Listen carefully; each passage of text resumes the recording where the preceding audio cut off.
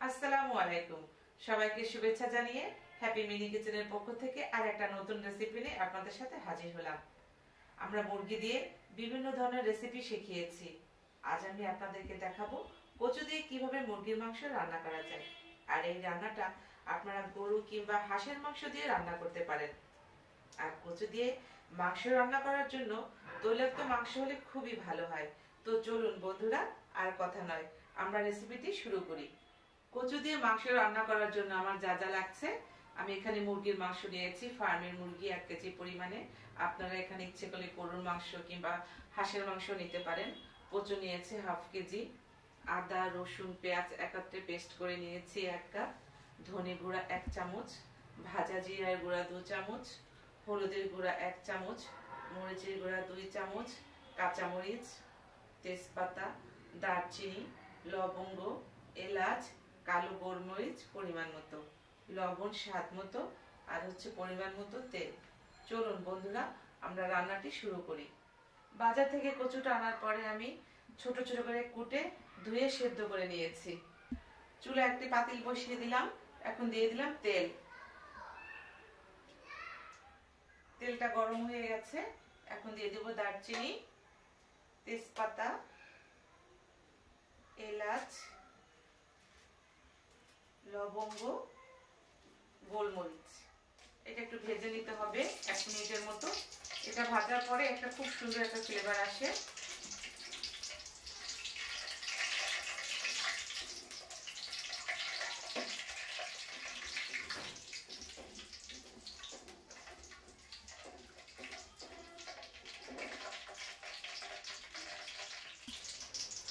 এখন দিয়ে দেব পেস্ট করা মশলা।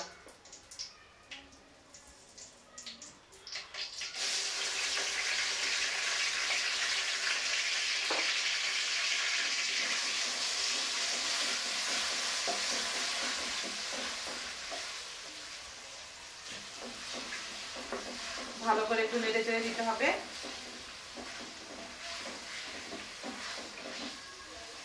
এখন একে একে দিয়ে দিব বাকি মশলাগুলো। দিয়ে দিলাম লবণ, হলুদের গুঁড়ো, মরিচের গুঁড়ো, ধনে গুঁড়ো। মশলার কাঁচা গন্ধটা না যাওয়া পর্যন্ত ভালো করে কষাতে হবে মশলাটা।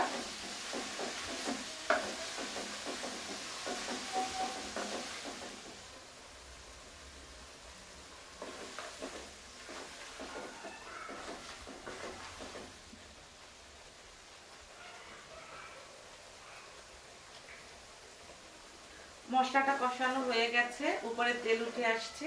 এখন আমরা দিয়ে দিব মাংস। এখন দিয়ে দিচ্ছি মাংস।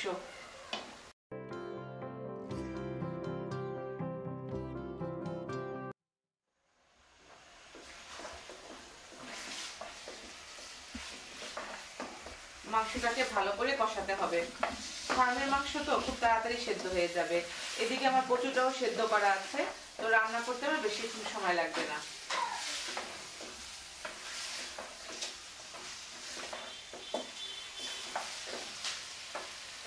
বন্ধুরা, আমার এই রান্নাটি যদি আপনাদের ভালো লাগে তাহলে অবশ্যই আমার চ্যানেলটি সাবস্ক্রাইব করুন, লাইক কমেন্ট শেয়ার করে আমার পাশে থাকুন। আর পাশে থাকা বেল বাটনটি অবশ্যই ক্লিক করে রাখবেন, যাতে করে আপলোড দেওয়া মাত্রই আপনারা নতুন নতুন ভিডিও পেয়ে যান। আর এই রান্নার পুরো প্রস্তুত প্রণালী আমার ডেসক্রিপশন বক্সে দেয়া থাকবে, আপনারা ওখান থেকে দেখে নিতে পারবেন।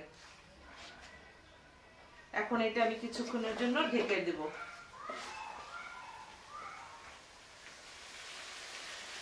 ঢেকে দিলাম। ফিরে আসবো কিছুক্ষণ পর। চুলার জালটা মিডিয়াম আঁচে থাকবে।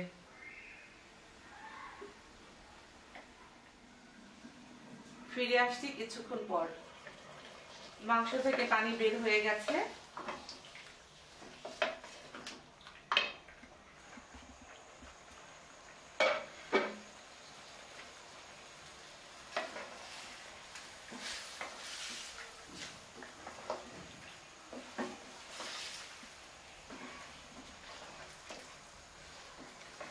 বন্ধুরা, এই রান্নাটা খুবই মজাদার। আশা করি আপনারা বাসায় ট্রাই করবেন।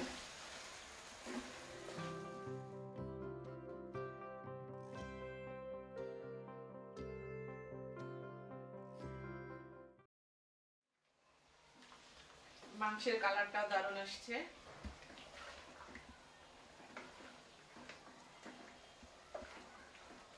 আর একটু কষিয়ে আমরা কচুটা দিয়ে দেব।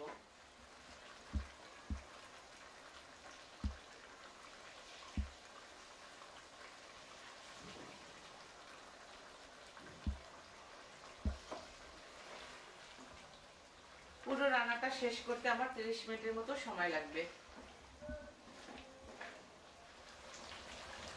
মাংস দিয়ে কচু রান্না করার ক্ষেত্রে ঝোলটা পাতলা হলে ভালো হয়। এখন আমরা কচুটা দিয়ে দেব।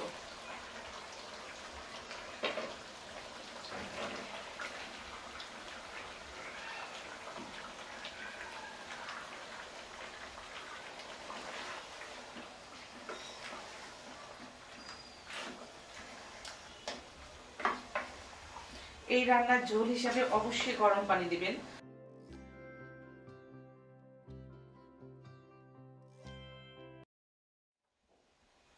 এখন ঢেকে দেব কিছুক্ষণের জন্য।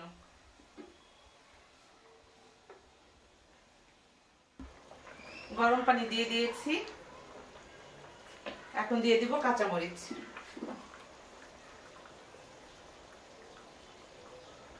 এটা ঝাল ঝাল ভালো লাগে, তাই একটু বেশি করে ঝাল দিয়ে রান্না করবেন। এখন ঢেকে দিব, ফিরে আসবো 15 মিনিট পর। মিডিয়াম আছে থাকবে চুলার জাল। ফিরে আসছি 15 মিনিট পর।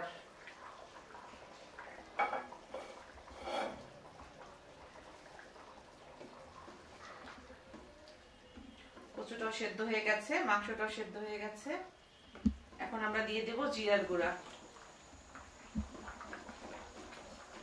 আগেই বলেছিলাম বন্ধুরা, ঝোলটা একটু পাতলা হবে, গাঢ় হবে না।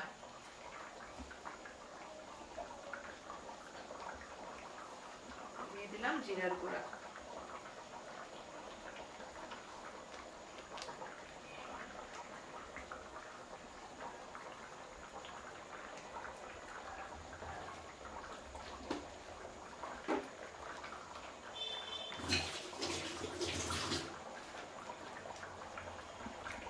হয়ে গেল আমার কচু দিয়ে মুরগির মাংসের রান্না।